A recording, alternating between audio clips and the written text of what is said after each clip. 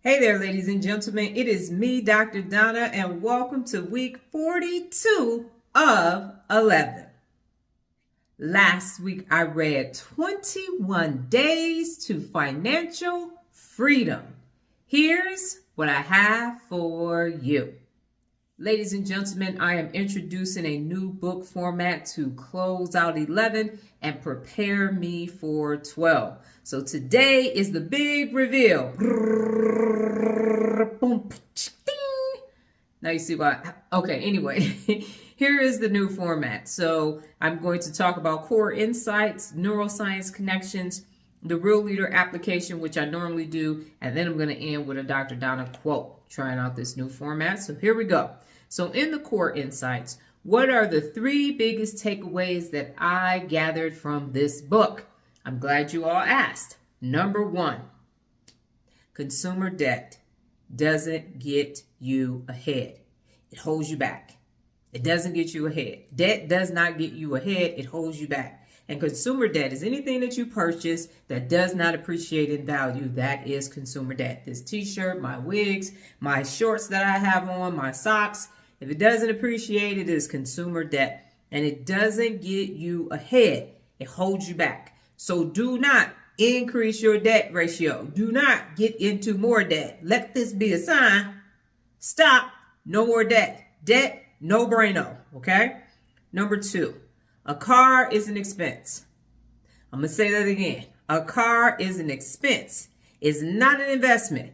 And keep that expense as low as possible. As low as possible. It is not. And you'll say, oh, Dr. Donna, what about all these celebrities with all these classic cars? Yeah, that ain't you. That ain't you. Okay? Get you, as J. Cole said, a back and forth. A to B, some air conditioning, because I live in Las Vegas, heated seats. I had those when I lived in Michigan. But you just need a back and forth, reliable vehicle. Okay? Something that you can afford the registration, insurance, and most importantly, the upkeep and the maintenance. The more expensive the car, the more expensive the registration, the more expensive the insurance, and definitely the maintenance, okay? So stay in your tax bracket when you get your vehicle or vehiculos, okay? Stay in that. It's an expense. It's a reoccurring expense. Number three, pay yourself first. Pay yourself first. First and first, okay? Before you go start paying everything else, pay yourself first, and then you will be amazed over time at how much money you have from paying yourself first. Okay? Live off of less. The Richest Man in Babylon, The Richest Man in Babylon, the book that I read, I think I read it 2 years ago.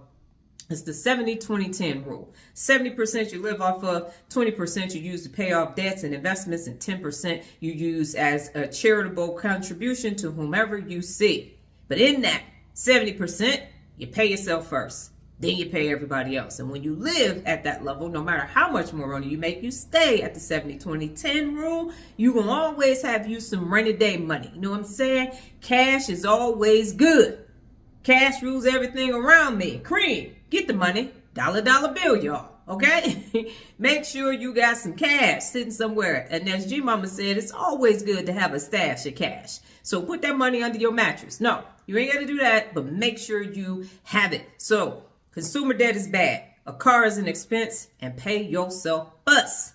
Those are my three takeaways. Now, let's look at the neuroscience connection. So in the neuroscience, what are you going to use? What brain regions are you going to use to do those three takeaways? Number one, you're going to use the prefrontal cortex because it's responsible for planning, decision-making, and focus. Number two, the amygdala. You might have to have a conversation with the people that live in your household because their emotions is going to be all over the place. When you say, hey, we're about to stop spending, pay this debt down, we're going to pay ourselves first, and we're going to live off of 70% of what we bring in. People's emotions are going to start flaring. Hijacked amygdalas are going to be on fleek. So you got to calm everybody down. Fear, we're not going to have to know. What if it drops and we can't go on vacations? All these things. Going to have to calm it down.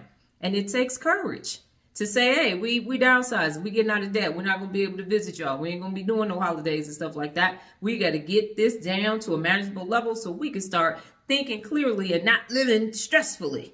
Next is the hippocampus. You're going to have to remember when you wasn't in debt. There was a time when you wasn't in debt. You're going to have to go back to that. And you got to learn to live off of the 70-20-10 rule. Live within your means. Just because something comes out does not mean you need to purchase it. Okay? Have a conversation with your Amazon driver, your FedEx driver, your UPS driver, the mail carrier, everybody, listen. We're downsizing. We got to get this debt under control.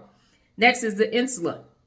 And this is your awareness and empathy. You want you to be aware, everybody in the household to be aware. You want everybody to be aware. And then you want to have empathy to understand that you got to sever the ties with all of these things that are having you live well beyond your means. Okay? Just got to say, I understand, but we just can't eat filet mignon all the time. You can't. You're going to have to get some ground round, some ground chuck, and make some burnt beef patties until you get out of debt and your life is and you got cash, cash, cash. And then finally, the basal ganglia, them habits and them routines. You know you got to go get a venti chocolate mocha chocolate toca 7 days a week. No. That they called that back in the day the latte factor. No more. Cut it down. Get you a coffee maker and don't get no damn Kruger. Get some shit from Target and you throw some damn instant coffee in there. You drink it black. No cream, no sugar, no nothing. All of that is an expense. Okay? You got to get yourself out of this and be free. Free, only. No, you got to be free, okay? Yes, so the neuroscience, again, you're using the prefrontal cortex, the amygdala, hippocampus, the insula, and the basal ganglia to implement the top 3 takeaways. And then finally, the real leadership application. What real leader principles did this book enforce? And there were plenty of them, but I'm going to just go through the ones that are in my notes. Be honest. Hold yourself and others personally accountable. Inspect what you expect. Set and maintain high standards. Failure is not an option. Get organized and stay organized in your finances. Be the best, stay focused, and grow continually. And when you do all of those things, you are going to be so happy. You're going to have all those neural pathways pathwaying in, and you will not be like, oh my God, how are we going to pay for this? How are we going to pay for this? How are we going to pay for this? How are we going to pay for this? By the way, I am recommending a book if you can't tell. Yes, great book. It was written in 1998. Some of the things don't apply, like paper checks and all that, but for the most part, it all makes sense. And I'm going to leave you with a Dr. Donna quote from yours truly. Being financially free keeps your brain free, and that's the best life that you could ever have, and it could be. Okay? So be financially free, and your brain is going to be free. And that's the best life that you could ever have. It's the best that life is ever going to be. Financially free. Let's say it. Financially free. Woo! Financially free. Financially free. Go ahead and read this old school book and get your doggone finances in order. All right? Last week's meditation was actually me changing the format for the book reviews. Yes, I decided it was time to do something different. And as we know, when the fall comes in, my new year starts in November. So I started thinking about the next book challenge. And this is going to be the format going into 12. So I started it now. Anytime I'm making a switch, if you look at the videos of any other playlist, you can see the shift. When I was doing PowerPoint, then I went to video, then I came back to video. I used to have music underneath. I don't have that. But if you look at the back half, that's when the transition happens. And so the transition is happening now, and that is what I discovered in my meditation. Let me know your thoughts about the new format. I love it. This week's book, Top Secret.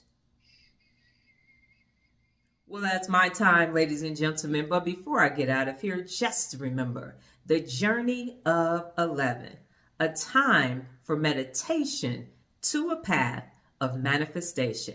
Adios.